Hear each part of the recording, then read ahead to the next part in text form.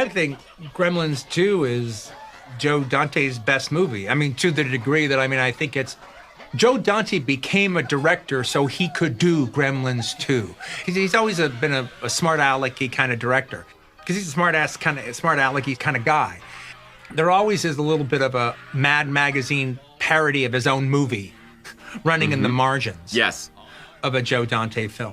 And with Gremlins 2, he was able to do a Mad Magazine takeoff on the first Gremlins for the entire movie, for the length of the movie. And it held for the entire length of the movie. But when they actually start goofing on every aspect of Christopher Columbus's original premise in the movie, in the sequel, that was hysterical about, okay, don't eat after midnight.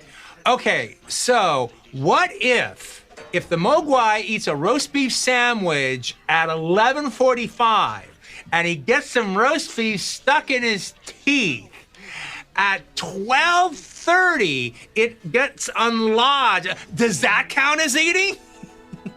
What if Mogwai is eating an Eggs Benedict breakfast on an international flight and it crosses over into another time zone? Does that count eating after midnight?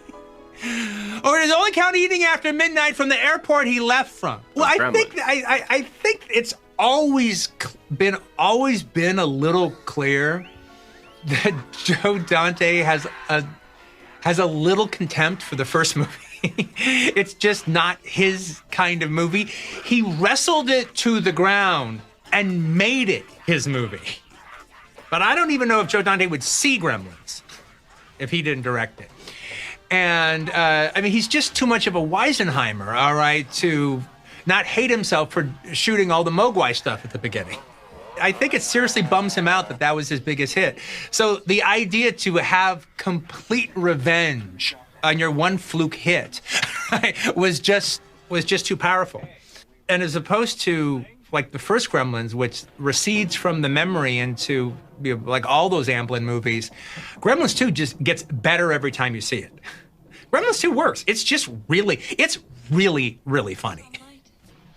In fact, I would even go so far as to say it's the first of those gag-like movies to 100% work from beginning to end since Airplane. And in the course of Gremlins: A New Batch, while it's just one joke after another, and it's not even just the jokes the people are saying on screen, it's the jokes going on in the background, the voiceover jokes going on here, what's on TV, what's this gremlin over there doing? But in the case of Gremlins: A New Batch, no, you actually do care how it comes out. So it is a Mad Magazine spoof with a dramatic arc. Well, I think everyone sees it that way now. Look, it was accepted that way. It just wasn't a big hit. Gremlins 2: The New Batch is the only time Joe Dante ever got a rave review in the New Yorker. Well, no, it didn't do well, all right? But the people who saw it were like, what?